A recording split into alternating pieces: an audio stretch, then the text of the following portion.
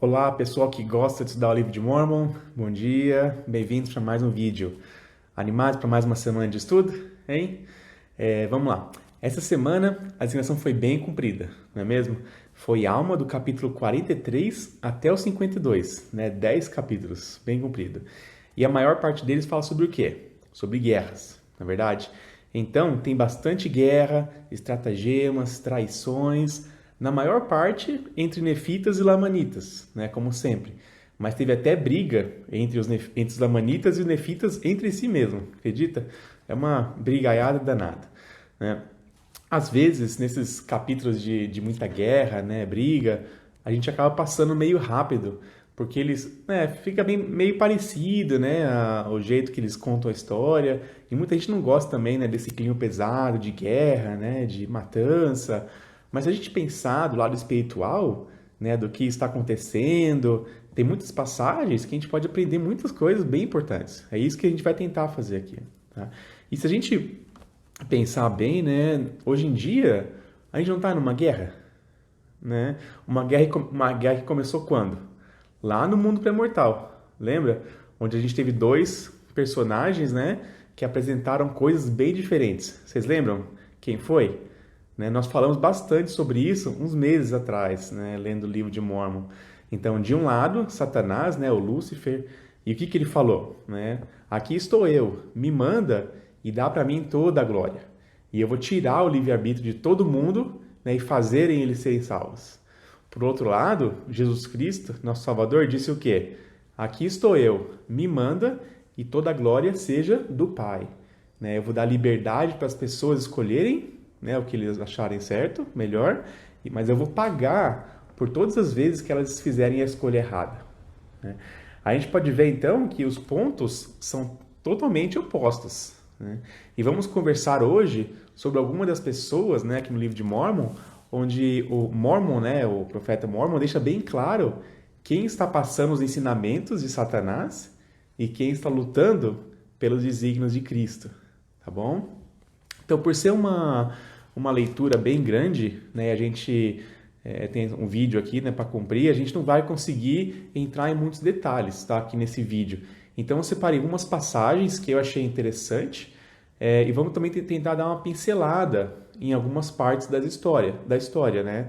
Mas talvez a gente não consiga cobrir tudo e aí vocês, né, leiam, né, e tentem estudar também aí com o manual para pegar aquelas partes que a gente não conseguiu pegar, tá? O começo aqui do capítulo 43, ele é uma continuação do capítulo 35, porque entre o capítulo 36 e o 42, Mormon ele faz uma pausa na narrativa da história para focar na conversa que Alma teve com seus filhos, né, que a gente estudou nas últimas semanas. Então, lá no capítulo 35, os oromitas que tinham sido convertidos, né, e estavam sendo perseguidos pelos seus próprios conterrâneos, né, que eram iníquos, eles fugiram e se juntaram ao povo de Amon, vocês lembram? E os oromitas iníquos fizeram o quê? Fizeram justamente o que os nefitas tinham medo que acontecesse. Eles foram para a terra de Nefe e se juntaram aos lamanitas, né, porque eles viviam bem perto ali da fronteira, lembra que eu mostrei no mapinha? E aí, o que eles fazem? Eles começam a incitar os lamanitas para ficar com raiva dos oramitas. E começam ali a se preparar para ir para a guerra. Né? O povo de Amon e os oramitas, então, convertidos, né, eles fazem o quê? Eles saem da terra de Gerson, que é onde eles estavam, que ficava perto ali, né? E eles vão para a terra de Meleque, né? Para se proteger melhor. Né? Então, beleza. Conseguiram se situar aí na história? Então vamos lá, vamos começar no capítulo 43, vamos ler o 5 e o 6.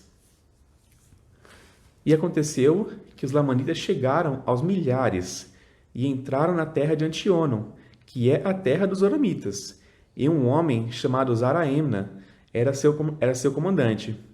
Então, como os amalequitas eram de natureza mais iníqua e mais propensos ao assassinato que os lamanitas, Zaraemna, portanto, nomeou capitões-chefes para os lamanitas, e eles eram todos amalequitas e zoramitas.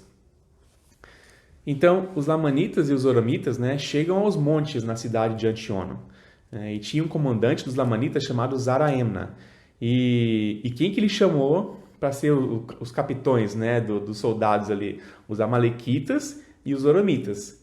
E o que os amalequitas e os zoramitas tinham em comum? Você sabe? Primeiro, que esses dois povos, eles eram ex-nefitas, né, que tinham se afastado da verdade, né? E aí, segundo aqui os versículos, eles eram que tinham a natureza mais iníqua e eles eram mais propensos ao assassinato do que os próprios lamanitas, né? Agora eu fico pensando, né, que tipo de líder, né, que quando vai buscar representantes, né, eles falam assim, bom, vamos ver aqui quem que é o pior cara e quem tem cara de assassino e eu vou escolher ele. Meio interessante. Mas vamos lembrar disso aqui e depois comparar que tipo de líder que foi o capitão Moroni, né, dos lados dos nefitas. A gente vai ler uns versículos aqui que a gente vai poder comparar, tá? Então vamos ler agora o versículo 7 e 8, para entender o propósito desse capitão chamado Zaraemna, dos Lamanitas. 7 primeiro. Ora, ele assim procedeu com o objetivo de preservar o ódio que sentiam contra os nefitas, a fim de poder subjugá-los para realizar seus desígnios. Então, quem que ele queria subjugar aqui para realizar as suas vontades? Os próprios lamanitas, né? Então ele não queria poder somente sobre os nefitas, né, quem eles iriam atacar ali. Ele ficou incitando os lamanitas para a violência para ter controle sobre eles também. Né? Vocês conseguem pensar em alguns líderes na história do mundo aí que usaram o comércio do ódio, a propaganda do ódio contra os outros, né, para poder ter mais poder sobre o seu povo? Né? Tem histórias aí que durante a Segunda Guerra Mundial o pessoal soltava até papelzinho de avião, né, para as pessoas poderem ler e ficarem com ódio e ficarem propensos à violência. É bem interessante. Então, aqueles que deveriam, né, amar e defender a liberdade do povo, estavam o quê? Forçando eles a serem violentos e ir para a guerra. Né? E a gente não precisa pensar só a nível de povos ou governantes ou países. Isso pode acontecer entre nós mesmos, né? Ao deixarmos outra pessoa incitar o ódio em nosso coração contra alguém, ao invés de nos libertar, nós estamos nos tornando, na verdade, escravos daquele sentimento de violência, né? De raiva. Né? E aí o 8 continua. Pois eis que seu desígnio era instigar a ira dos lamanitas contra os nefitas. E isso ele fez para conseguir grande poder sobre eles, e também para adquirir poder sobre os nefitas, submetendo-os ao cativeiro. Quais eram, então, os objetivos principais de Zaraemna, né, de acordo com esse versículo? Conseguir grande poder sobre as pessoas e colocá-las em cativeiro, né, tirando a sua liberdade. Não parece com um dos dois lados que foram apresentados lá no Conselho dos Céus? Né, lado de Satanás. Né? Para contrastar com esses objetivos, né, vamos ler aqui o versículo 9, que fala do lado dos nefitas. Tá? Ora, o desígnio dos nefitas era proteger suas terras e suas casas, e suas esposas e seus filhos, para poderem defendê-los das mãos de seus inimigos, e também conservar seus direitos e seus privilégios. Sim, e também sua liberdade, para poderem adorar a Deus segundo seus desejos. Enquanto Zaraemna lutava para conseguir poder e colocar as pessoas em cativeiro, os nefitas, né, do outro lado, eles lutavam para quê? Para manter seus direitos e a liberdade do povo. É muito legal como o Mormon coloca essas diferenças lado a lado para a gente poder ver, né, a diferença. E ele faz isso muitas vezes nesses capítulos aqui que a gente está lendo. E aí, quem aparece na história do lado dos nefitas, vamos ver lá no versículo 17. E Moroni assumiu todo o comando e a direção de suas guerras, e tinha apenas 25 anos de idade quando foi designado capitão-chefe dos exércitos nefitas. Pronto, chegou o cara, né? Com apenas 25 anos, praticamente um recém-chegado de missão, né? Já chegou assumindo todo o exército nefita. Vamos ler agora o 19, acho que do 19 até o 21, que parece algo bem simples e normal em um ambiente de guerra ali, mas nos ensina sobre a liderança, né? E, de novo, o motivo pelo qual eles estavam lutando. Vamos lá, o 19 primeiro. E quando os exércitos dos lamanitas viram que o povo de Nefe, ou seja, que Moroni preparara seu povo com couraças e com escudos nos braços, sim, e também com escudos para proteger-lhes a cabeça, e também estavam vestidos com roupas grossas. Por essa preparação, qual parece ser a preocupação principal de Moroni? Proteger seus soldados, né? E ele preparou eles com o quê? Com escudos, capacetes, roupas grossas. Já que ele estava lutando pela liberdade do povo, ele precisava proteger o seu povo. Agora vamos ver os lamanitas, ali no 20 e no 21. Ora, os do exército de Zaraemna não estavam preparados com tais coisas. Tinham apenas suas espadas e suas cimitarras, seus arcos e suas flechas, suas pedras e suas fundas, e estavam nus, usando apenas uma pele que lhe cingia os lombos. Sim, e estavam todos nus, menos os oromitas e os amalequitas. Mas eles não estavam armados com couraças nem escudos. Portanto, ficaram com muito medo dos exércitos dos nefitas, em vista de suas armaduras, apesar de serem muito mais numerosos que os nefitas. Então, Zaraemna, né, basicamente, ele contava com o quê? Com a vantagem do número de pessoas, né? E o quê? O objetivo dele era ganhar dos nefitas. Então, por isso, ele precisava o quê? De muita gente e muita arma. Ele não ligava para as pessoas, né, que estavam ali com ele, quantas delas iam morrer, né, quantas, né, que iam sofrer, eles não estavam ligando nisso. O que ele queria é o objetivo dele, de ter poder e colocar os nefitas em cativeiro, né? E aqui nós lemos, né, que havia muito mais lamanitas do que nefitas. Mas quem foi que ficou com medo? Ao verem os nefitas, né, todos preparados ali com armaduras, capacete, escudo, os lamanitas ficaram com tanto medo que eles desistiram de brigar ali e fugiram do exército de Moroni e tentaram entrar na terra nefita por outro lugar. Eles foram pelo deserto do sul, né, de Zaraemla, da terra de Zaraemla ali, e eles queriam entrar pela cidade de Mante. Mas o que Moroni fez? Ele mandou espiões para tentar ver para onde que eles estavam indo, né, para ele seguir eles. Mas Moroni não confiou só no seu próprio entendimento, seu próprio conhecimento. Ele mandou uns homens pedirem para Alma, né, o profeta Alma, perguntar para o Senhor aonde que eles deveriam se posicionar para proteger o seu povo do ataque de Zaraemna, né? Então, Alma diz diz para o exército de Moroni, né, que os lamanitas iam voltar a atacar o povo mais fraco ali na cidade de Mante, que era no sul ali, né, era outra entrada para a terra nefita. Então Moroni deixa um pedaço do exército dele na cidade de Gerson e vai com a maior parte para perto de Mante, esperar pelos lamanitas. Aí Moroni ele pensa numa estratégia de batalha. O que ele faz? Ele divide o exército em 3 pedaços para tentar cercar os lamanitas quando eles chegassem, né? Ele colocou um pedaço escondido de cada lado do rio Sidom, né? Então um pedaço no lado esquerdo, um pedaço do lado direito, e ele deixou um pedaço do exército também escondido no caminho que ia para a cidade de Mante, para proteger ali o caminho, né? Então o que aconteceu? Quando chegaram os lamanitas, né, um grupo liderado por um homem chamado Lei, né, ele saiu do esconderijo e começou a atacar os lamanitas por trás, pela retaguarda, né? Os lamanitas, então, eles tentam atravessar o rio para fugir, mas daí do outro lado do rio, eles encontram um pedaço do grupo que é liderado por Moroni.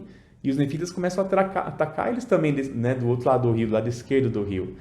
E aqui que os lamanitas fazem, né? Eles fogem pelo terceiro caminho, que era em sentido à cidade de Mante. Mas, para sua surpresa, tinha mais soldados ali também, né? Então começa uma batalha super violenta, né? E aqui no livro de Mormon diz, né, que já que os lamanitas não tinham o que fazer ali, eles estavam cercados, eles lutaram com toda a força que eles tinham, né? Pareciam até dragões lutando. E alguns nefitas até ficaram com medo dos lamanitas. Mas Moroni, né, através da força do Senhor ali, das palavras sábias, ele conseguiu animar os seus soldados, né, e eles começaram a ganhar a batalha. E quando aí o que aconteceu? Moroni percebeu que os lamanitas estavam meio indefesos, né? Eles estavam cercados ali, estavam, né, morrendo. Então ele pediu para os seus soldados pararem de lutar por um tempo, né? Então fica claro aqui que Moroni ele não fica feliz com o derramamento de sangue por si só. Ele via aquilo como um mal necessário para defender a liberdade do povo. Tá? Aí no capítulo 44, Moroni se coloca na frente de Zaraemna, né, e fala basicamente o seguinte para ele: Zaraemna, você está vendo que Deus está conosco. E por causa de nosso propósito, né, que é proteger nossas famílias, nossa religião, Ele vai continuar entregando vocês em nossas mãos. Então, se vocês entregarem suas armas e fizerem um juramento que não vão atacar a gente de novo, a gente vai deixar vocês irem. Mas, ao contrário, a gente vai continuar essa batalha até a gente acabar com todos vocês. Né? Então, logo depois disso, Zaraemna, né, entrega as armas, mas ele não quis fazer o juramento de não atacar de novo. O que ele falou? O que adianta eu fazer o juramento sabendo, né, que a gente ou os nossos pais vão quebrar esse juramento depois? Né? Isso pelo menos demonstra um pouco de honra da parte dele, né? Porque ele podia só jurar qualquer coisa ali e sair correndo, né? Voltar para casa. Isso é outra coisa que a gente pode relacionar com nossos dias. Nós vemos pessoas, né, se comprometendo com coisas e com outras pessoas, prometendo e jurando coisas que às vezes, né, eles até sabem que não vão cumprir ou que não podem cumprir. Né? Precisamos ser pessoas de palavras, de comprometimento. Né? Quando a gente se compromete com alguma coisa, temos que fazer o possível, tudo que a gente pode, para cumprir aquilo que a gente prometeu.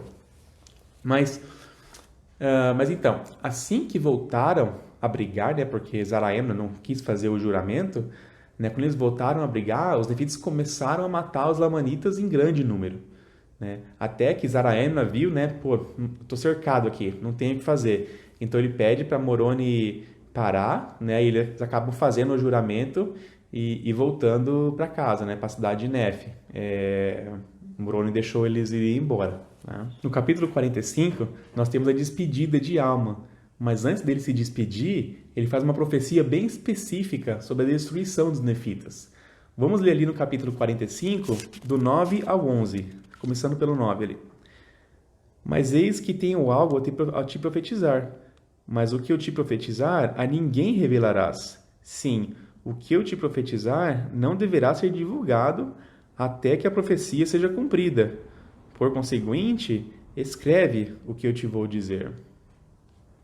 Que interessante, né? Ele diz que tem uma profecia, mas que não era para contar para ninguém. As pessoas, né, iriam saber só quando aquela profecia acontecesse. Mas ele falou para Elamã que ele precisava escrever para que a gente soubesse da profecia ao estudarmos o livro de Mórmon. Agora o 10 e 11. E estas são as palavras: Eis que vejo, segundo o Espírito de revelação que está em mim, que 400 anos depois do aparecimento de Jesus Cristo, a este povo, os nefitas, eles degenerarão, caindo na incredulidade. Sim, então eles verão guerras e pestes. Sim, fome e derramamento de sangue, até que o povo de Nef seja extinto. Que maravilha, né? Saber que Deus fala com os profetas. Né? E sabemos que nós temos profetas, videntes e reveladores em nossos dias que recebem instruções tão específicas como essa, é maravilhoso, não é mesmo? Deus já sabia, né, com seu conhecimento perfeito, o que iria acontecer uns 500 anos depois dali. Né? Como que as pessoas iriam cair, né? E ele falou para o seu profeta, bem especificamente, quando e como aquilo iria acontecer. Tá? Então, depois, né, de contar essa profecia, né, para Elamã, Alma, ele abençoa os seus filhos, ele abençoa também o povo da igreja ali, e ele toma o seu caminho para a cidade de Meleque.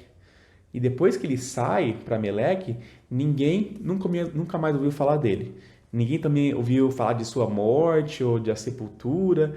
Então, nós não sabemos exatamente o que houve com Alma, mas nós sabemos da maravilhosa mudança que ele teve em sua vida e dos grandes milagres, né, com os quais ele pôde auxiliar o Senhor durante a sua vida.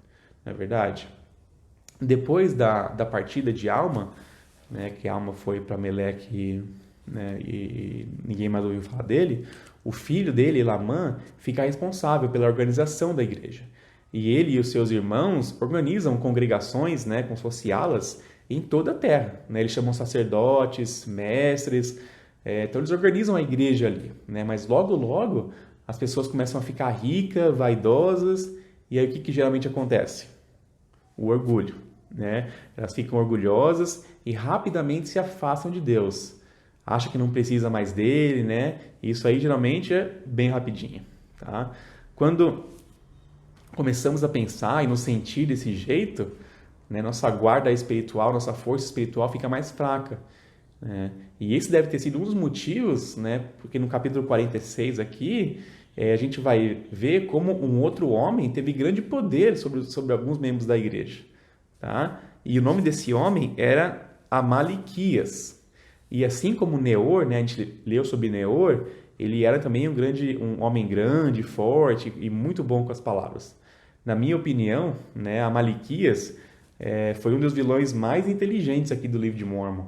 É um absurdo aqui as estratégias que ele pensa, né, para conseguir o que ele quer. E a gente vai ver se a gente consegue ler estudar alguma dessas estratégias, tá?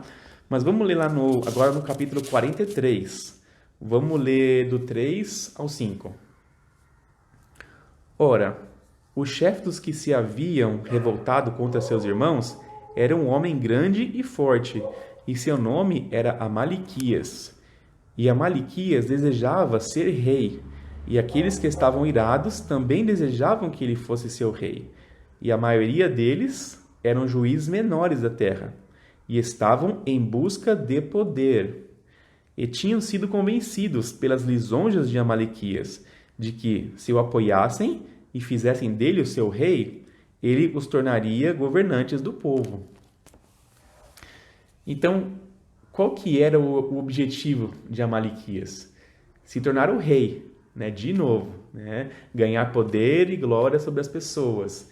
E como que ele estava começando esse plano? Ele estava prometendo a alguns juízes ali que se eles ajudassem ele a ser o rei, ele ia dividir o poder com eles. Incrível como nessa época já havia troca de influência ali por interesses pessoais, né? A gente não conhece isso aí hoje em dia, né? Isso aí não existe, né? Um pouco de sarcasmo aqui de leve.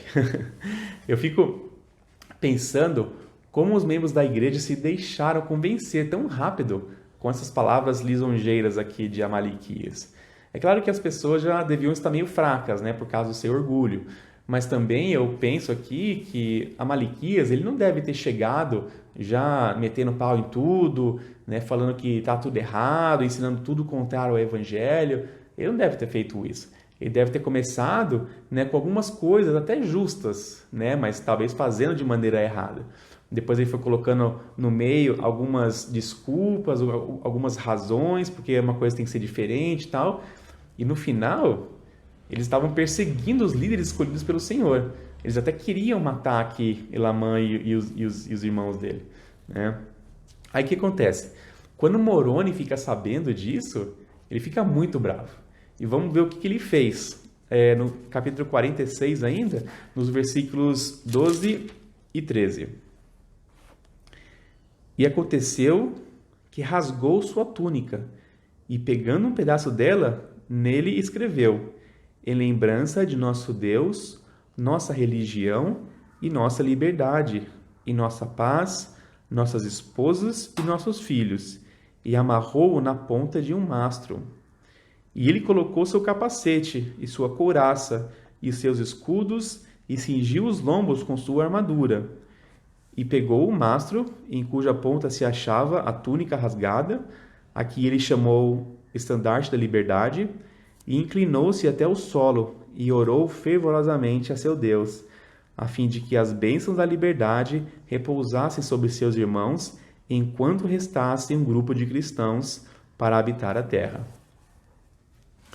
É importante a gente perceber a ordem que ele colocou as palavras aqui no estandarte, né? Primeiramente, sempre Deus, né? Deus sempre em primeiro lugar. Depois, a religião. E a religião aqui ele não quer dizer a parte da organização, né, administrativa da igreja, mas sim os princípios de religião, né? As ordenanças, né? Os ensinamentos, aquelas coisas que nos conectam a Deus e ao nosso Salvador. Depois vem a liberdade, né? Aí a paz e aí as esposas e os filhos. Interessante ver que se a gente não começa, né, do topo para baixo ali, colocando Deus em primeiro lugar, muito provavelmente as outras coisas vão cair também como se fosse um dominó. A gente não vai ter sucesso em nossas vidas se a gente não colocar Deus em primeiro lugar. Daí então, ele chamou o povo de toda a terra para se reunir e ele saiu entre o povo carregando o estandarte da liberdade. E ele falou bem alto ali no versículo 20: Eis que todos os que desejarem defender esse estandarte na terra, aproxime-se na força do Senhor e façam convênio de que defenderão seus direitos e sua religião, para que o Senhor Deus os abençoe. O povo fiel, então, foi inspirado pelas palavras de Moroni e fizeram um convênio de defenderem o estandarte da liberdade com suas vidas e tomarem sobre si o nome de Cristo, né? Aí o que aconteceu? Quando Amalequias viu o número de pessoas que ainda eram tementes a Deus e acreditavam na causa, né, de Moroni, ele viu que o poder dele não era tão grande assim, né? Então o que ele fez? Ele pegou algumas pessoas que ainda seguiam ele e começou a fugir para a terra de Nefe, né? Falou assim, opa, vamos ver se lá com os lamanitas, né, eu consigo alguma coisa, já que aqui não está dando certo. Moroni até tentou perseguir eles para que eles não chegassem a se juntar aos lamanitas.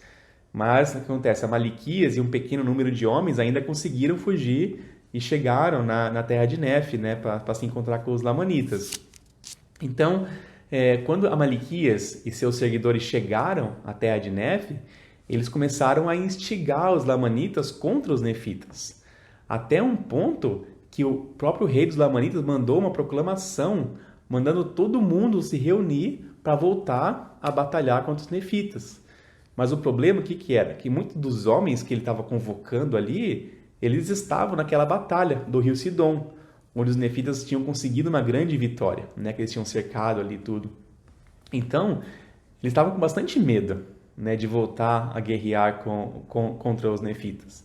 Né? Até teve um grupo de pessoas, né, um grupo de homens que não queria ir para a guerra, né? E eles eram liderados por um homem chamado Leonte, né? Então o que eles fizeram, esses homens? Eles se juntaram e fugiram para um monte chamado Antipas e tinham tomado, né, a firme decisão ali de que ninguém ia obrigar eles a lutar contra os nefitas, né? Estava ali na cabeça deles que ninguém ia conseguir fazer isso.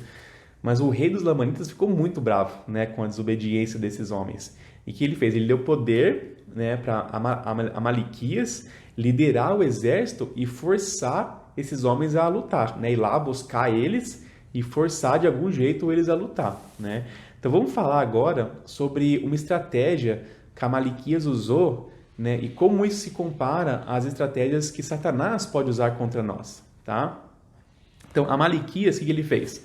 Ele foi, né, com os exércitos lamanitas até a base desse monte Antipas, né, onde estava Leonte e o grupo de homens que estavam seguindo ele, né? E vamos ver lá o que aconteceu.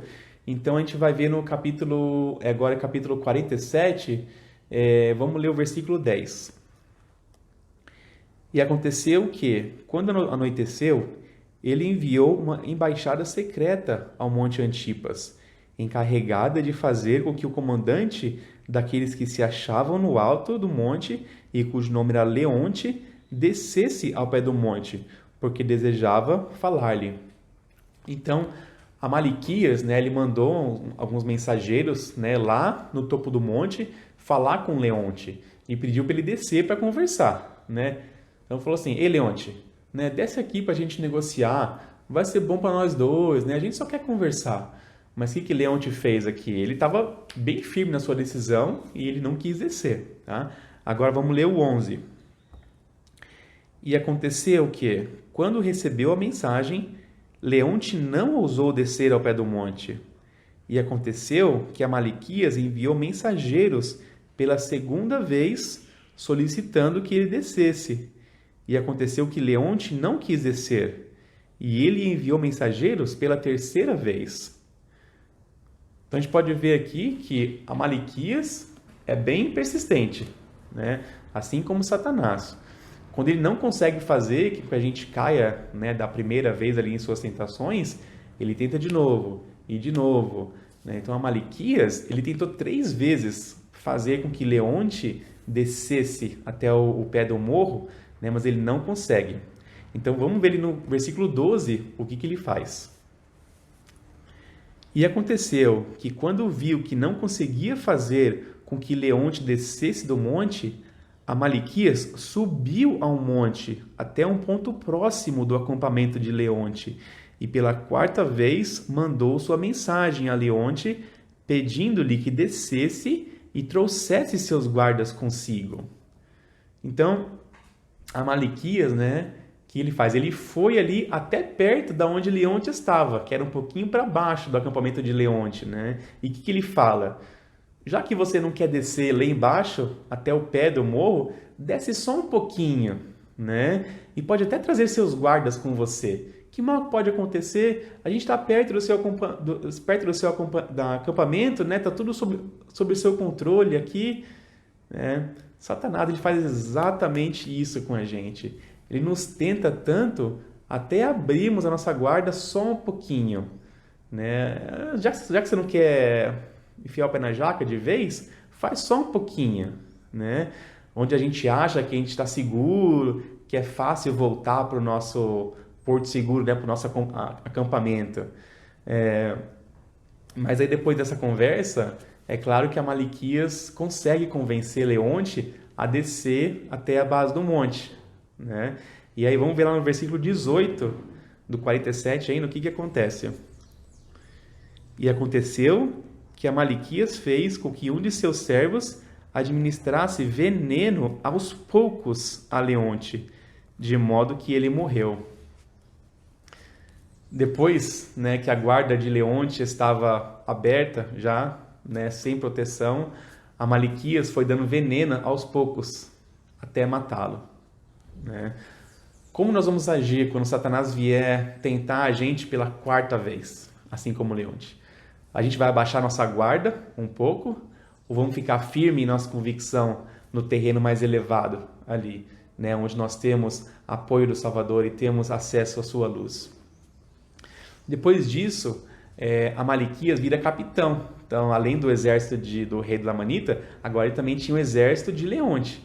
Então, nesse ponto, Amalequias já tem autoridade sobre todo o exército lamanita, né? E a gente não vai conseguir ver detalhes, né, do que ele consegue fazer com esse poder. Mas o que ele faz? Ele manda um dos seus servos matar o rei dos Lamanitas e coloca a culpa nos servos do rei. E aí, depois, né, ele vai confortar a rainha e ele consegue casar com a rainha. Então, em questão de poucos meses, né, porque tudo isso aqui foi dentro do ano 19 do governo dos juízes. Então, em poucos meses, Amalequias ele sai, né, de um dissidente nefita para se tornar o quê? O rei de todo o povo lamanita, só através de traições e estratégias iníquas, né? Mas vamos ver aqui até que ponto chega a ganância de um homem desse, né? Ele tinha conseguido tudo o que ele queria até agora. Ele era rei, né, de um povo bem mais numeroso que os nefitas. Mas ele não conseguia parar por aí. Ele tinha que ir até o final para conseguir todos os seus desígnios, né? Então, através dessas traições e fraudes, Amalequias ele consegue juntar um exército gigante. E ele pediu para os Oromitas e os Amalequitas liderarem seus exércitos, porque eles conheciam os costumes e os pontos fracos dos nefitas, né? Já que os Amalequitas e os Oromitas eram nefitas antes, né? Então, aonde que eles decidem atacar primeiro? Lá em Amonia. Lembra que uns anos atrás aqui, os lamanitas tinham destruído a cidade de Amonia em um dia, né? Então eles devem ter pensado, poxa, foi tão fácil daquela vez, vamos começar por lá de novo, né? Mas eles não contavam com a astúcia do capitão Moroni, né? Então, enquanto Amalequias fazia toda essa bagunça ali entre os lamanitas, Moroni usou de todo o tempo para preparar os nefitas e suas cidades para a batalha, né, quando os lamanitas chegassem. Então, quando os lamanitas chegaram na cidade de Amonia, eles acharam uma cidade fraca? Pelo contrário, né? A cidade tinha sido totalmente reconstruída e Moroni ele tinha cavado um poço em volta da cidade e a terra que ele tirou, ele colocou, tinha amontoado, né, bem alta em volta da cidade, de uma maneira que ficava muito difícil para os lamanitas atacar, né? A única entrada era o portão da cidade, que, claro, era muito bem guardado. Então, isso pegou os lamanitas de surpresa, porque eles estavam todos confiantes ali que por causa de seu grande número de pessoas, né, eles iam vencer fácil. Eles tinham até aprendido com os nefitas, né, e dessa vez eles tinham preparado também com escudos e vestimentas mais grossas para se proteger, né, mas eles chegaram lá e viram, poxa vida, o negócio aqui não está tão fácil quanto a gente pensou, né? E como Amalequias não tinha ido com eles para a batalha, o que parece ser um padrão de Amalequias, né? Se você lê aqui, ele sempre manda as outras pessoas a fazer as coisas para ele, né? Então ele não estava lá. Então eles decidem não atacar Amonia, né? Porque estava muito forte ali a cidade, e eles vão para a próxima cidade, que era Noé. E eles fizeram um juramento que não importa o que acontecesse, eles iam atacar a cidade de Noé. Mas quando eles chegam lá na cidade de Noé, eles têm outra surpresa, né? A cidade de Noé estava ainda mais fortificada do que a cidade de Amonia. E Moroni tinha colocado Lei lá para liderar os soldados. Lei tinha sido um dos capitões lá na batalha do rio Sidom. E os lamanitas tinham muito medo dele. Então até nisto Moroni tinha acertado. Ele sabia que os lamanitas iam tentar começar pelas cidades, né, que tinham sido mais indefesas no passado. Mas os lamanitas tinham feito um juramento, né, que foi, na verdade, foi um juramento meio sem noção, né, de que eles iam atacar a cidade de Noé, não importa o que acontecesse. Então, mesmo sabendo que eles não tinham muita chance, né, de conseguir a cidade de Noé, eles atacaram. E eu acho que essa batalha foi uma das vezes no livro de Mórmon que teve mais diferença no número de mortos dos dois lados. Vamos ler ali no capítulo 49, o versículo 23. Assim, os nefitas tinham poder total sobre seus inimigos. E assim, os lamanitas tentaram destruir os nefitas até que todos os seus capitões-chefes foram mortos. Sim, e mais de 1000 lamanitas foram mortos, enquanto no outro lado, nem um só nefita foi morto. Então, 1000 pessoas morreram do lado dos lamanitas e nenhuma do lado dos nefitas. Tem noção do sucesso dessa preparação que eles fizeram? Será que a gente pode aplicar, né, aprender e aplicar alguma coisa nessa passagem sobre nossa vida espiritual? Nós sabemos que Satanás, né, e seus companheiros nos atacam de todos os lados, né, tentando destruir nossa liberdade, né, nossa honra, nossa fé, e fazer com que sejamos tão sujos e decaídos como eles, não é verdade? Já vimos aqui algumas estratégias que ele usa, né, inclusive para conseguir isso. Mas nós podemos nos fortificar e nos preparar para essas investidas, né, dele. Assim como Moroni fortificou as cidades e preparou seus soldados. Tem uma citação do Elder Ballard em um discurso que ele deu em um serão da BYU em 2002, que fala o seguinte sobre a nossa proteção espiritual. Como vestimos toda a armadura de Deus para que possamos, como Paulo promete, poder suportar os dias maus. Gosto de pensar nessa armadura espiritual não como um pedaço sólido de metal moldado para se ajustar ao corpo, mas mais como uma cota de malha. A cota de malha consiste em dezenas de pequenos pedaços de aço presos juntos para permitir ao usuário maior flexibilidade sem perder a proteção. Digo isso porque, segundo a minha experiência, não há uma coisa grande e grandiosa que possamos fazer para nos armar espiritualmente. O verdadeiro poder espiritual está em numerosos atos menores, entrelaçados em um tecido de fortificação espiritual que protege de todo o mal. Bem legal, né? Então, são aquelas coisas pequenas que fazemos todos os dias, né? Que nem os pedaços pequenos de malha de aço. Essas pequenas coisas vão nos fortificar espiritualmente. E por mais que os soldados de Satanás estejam em grandes números, né, ou sejam bem fortes, essa proteção espiritual vai nos proteger e a gente não vai cair. Assim como a cidade de Noé aqui não caiu e ninguém morreu dos lados nefitas. Então o que acontece? O restante dos lamanitas, né, que sobreviveram, eles fogem e voltam para a cidade de Nefe. E como vocês acham que Amalequias se sentiu? Ele ficou super possesso, né? Inclusive ele amaldiçoou a Deus e fez um juramento que ele ia beber o sangue de Moroni, né, quando ele matasse ele. Com isso, então, nós chegamos no capítulo 50. E por mais que os nefitas estavam agradecidos pela proteção, né, que o Senhor tinha dado para eles, Moroni sabia que Amalequias não ia parar por aí e que mais cedo ou mais tarde ele ia voltar para causar mais problemas, né? Então o que ele fez? Ele continuou a fortificação das cidades. E ele fez aquele fosso, né, e parede de terra em todas as cidades, não só em algumas, né? E além disso, em cima dessa montanha de terra, ele mandou colocar o quê? Mais vigas de madeira bem altas, né, com estacas por cima ainda, né, para deixar ainda mais forte, né, a defesa das cidades. Então, aqui no 50, né, tem também bastante detalhes sobre as cidades e a geografia da região, enquanto o Moroni fazia esse trabalho de proteção. Então, se você se interessa no assunto, né, de localização assim, das cidades, é bem legal aqui dar uma lida no capítulo 50 também. Bom, hoje nós vamos parar por aqui, tá? Mas nos próximos 2 capítulos, os lamanitas eles conseguem várias cidades nefitas no Mar do Leste ali. E sabem por que eles conseguem essas conquistas? Porque teve uma disputa interna entre os nefitas por causa de poder e política. E Moroni precisou mudar sua atenção de se proteger dos lamanitas para resolver aquele conflito interno. E os lamanitas se aproveitaram então dessa situação e conseguiram várias cidades ali na costa leste, né, da terra. No capítulo 51, em um ato de muita coragem, Teancum finalmente mata Amalequias, né, enquanto ele dormia, o que causa um grande impacto na força dos nefitas, na força dos lamanitas. Na semana que vem, a guerra vai continuar. E a gente vai ler um pouco, né, estudar sobre como os nefitas se organizam para retomar essas cidades que os lamanitas tinham invadido. Tá? Mas para terminar hoje, eu queria ler um versículo aqui no capítulo 50.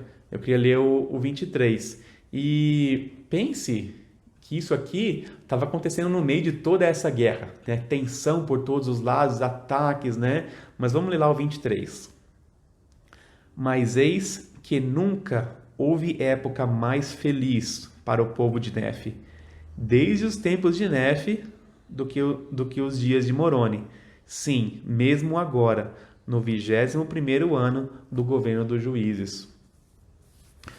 Por mais que estejamos nessa guerra contínua contra as forças do mal, e às vezes achamos que não vamos conseguir, né, vencer, nós podemos achar muita felicidade ao tentarmos ser um pouquinho mais como Moroni, colocando Deus em primeiro lugar e nos preparando e nos fortificando espiritualmente, assim como o Elder Ballard falou. Então, irmãos, eu sei que essa mensagem é verdadeira, eu sei que a igreja é verdadeira e que Jesus Cristo é nosso Salvador. E eu deixo essa mensagem com vocês hoje, em nome de Jesus Cristo. Amém. Se você gostou desse vídeo, não deixe de dar um like e se inscrever. Não deixe também de assistir a animação do Vem e Segue-me dessa semana para as crianças.